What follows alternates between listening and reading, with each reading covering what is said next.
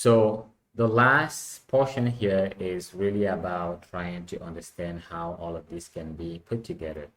And as I mentioned at the beginning, it's really about building the infrastructure, and the infrastructure here being like blockchain, uh, where the blockchain itself here at the center would serve as a storage mechanism, and which which we will consider as the base layer. It will also define the consensus to validating all the transaction on the blockchain and persisting the data in an immutable way.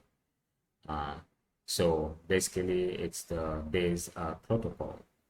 And then on top of it, we'll have, a what I would call supporting application layer that exposes some reoccurring services or common tools that will then be leveraged by all the interested areas or parties.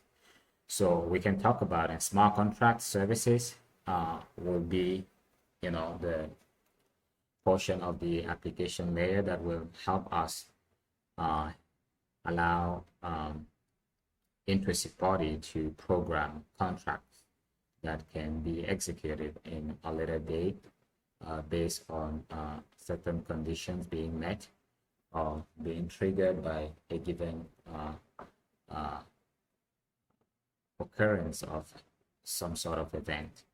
So identity management services and membership services, this is really to allow any players to create its own users and identify all of the players in its system, and also provide them with some sort of membership.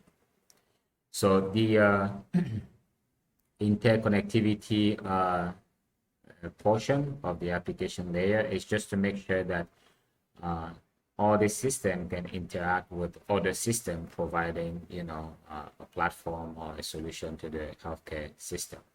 So it's more of a looking into healthcare system solution to healthcare system solution cooperation.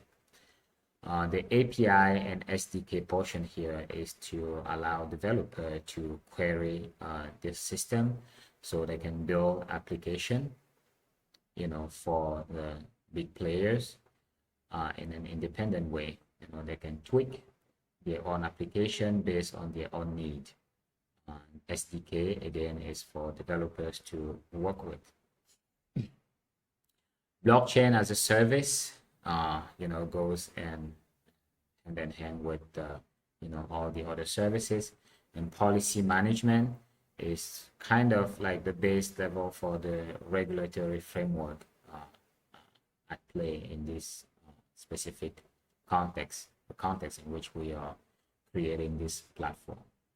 So now all the other players around just plug in to all this core infrastructure to then build on top of it. And the infrastructure is there to make sure that it removes all the friction when it comes down to all these players exchanging information, and provide them with the tools to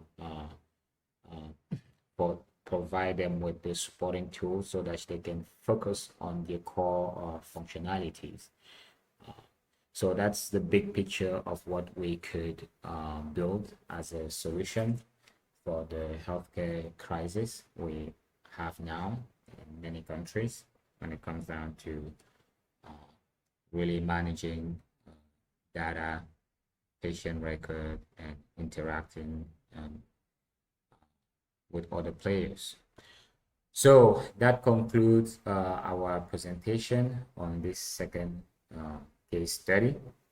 I hope it gives you an idea of what blockchain can do for healthcare, distributed ledger technology in general. We are currently working on a solution for this. It's probably going to take a long time, but if you are somehow interested, and being part of this, you are welcome to send us an email at DITC, no, DIT Cameroon at gmail.com, and we can see how we can collaborate together. Uh, Next time when we meet, we will talk about some specific example of blockchain in healthcare and other places in the world so that we can, you know, see what other people are doing, how they're using this technology to solve problems in their local context. Matondo for being here. We look forward to having you in the next modules. I think we still have like 2 modules to finish, so we're getting close, and see you next time.